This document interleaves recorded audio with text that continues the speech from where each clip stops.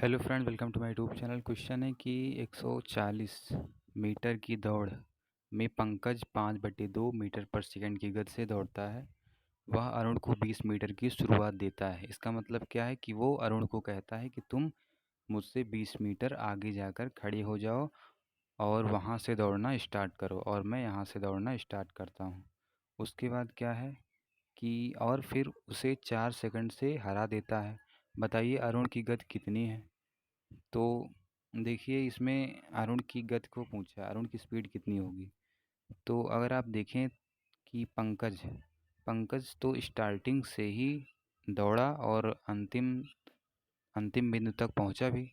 तभी आप कह सकते हैं कि 4 सेकंड से उसने क्या किया, अरुण को हरा दिया। इसका मतलब है कि पंकज स्टार्टिंग से दौड़ा और अरुण को हरा भी दिया, यानी वो एंड पॉइंट तक गया है।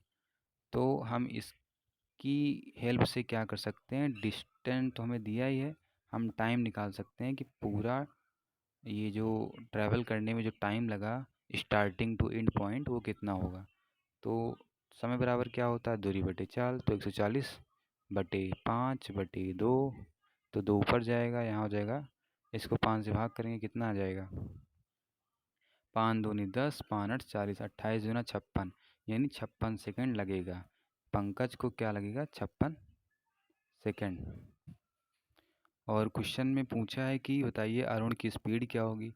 तो अरुण की स्पीड फाइंड आउट करने के लिए हमें पता है कि स्पीड बराबर क्या होता है, distance upon time. Distance upon time, तो डिस्टेंस कितनी रही होगी और बटे टाइम कितना रहा होगा। तो डिस्टेंस तो पता है हमें 140 मीटर।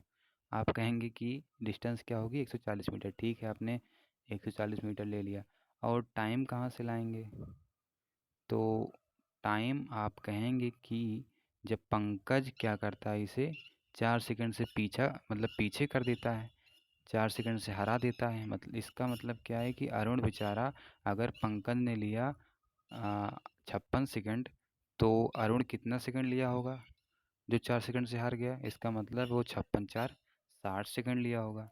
तो अब क्या करेंगे, बहुत से बच्चे ये करेंगे कि अरुण की स्पीड निकालना है, तो दूरी बटे क्या करेंगे, दूरी बटे समय। तो 140 क्या कर देंगे, 60, जो कि रॉन्ग होगा। ये क्या है, रॉन्ग। क्यों रॉन्ग है, क्योंकि आपको पता होना चाहिए कि अरुण चलना कहाँ से स्टार्ट किया। अरुण चलना स्टार्ट किया था 20 मीटर पहले, यानी ये अगर ये पूरा 140 था तो पंकज ने क्या कहा कि तुम 20 मीटर पहले से जाओ, क्या करो, दौड़ का शुभारंभ करो। तो ये 20 मीटर मतलब 20 मीटर क्या किया, इसको लीव कर दिया था। तो ये कितनी डिस्टेंस को तय किया, इसमें माइनस कीजिए 20 तो आएगा 120।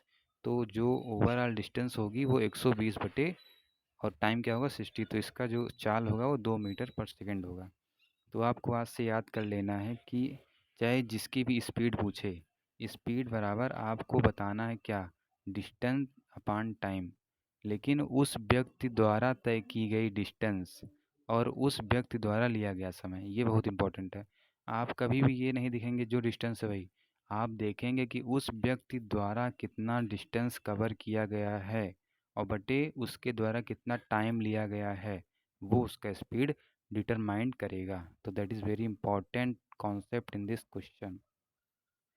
दूसरा क्या है, थेल्स थ्योरम से भी क्वेश्चन आया है 2022 में कि ट्रायंगल पी एम एन में एस क्या है, पी एम पर एक बिंदु है जो पी एम को 5:7 में के रेशियो में क्या करता है, विभाजित करता है। रेखाखंड एस टी एम एन के समानांतर है। यदि M N equal to 24 centimetre तो हमें बताना है एस टी की लंबाई क्या होगी। तो ये थेल्स थ्योरम आपने क्लास 10th में पढ़ा होगा।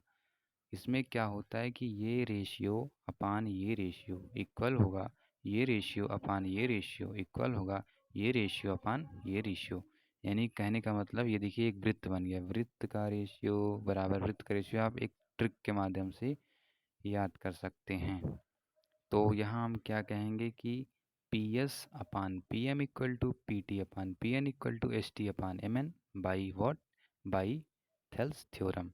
अब अगर आप यहाँ से देखिए तो आपको क्या दिया है, पी एस रेशियो पीएम दिया है कि नहीं?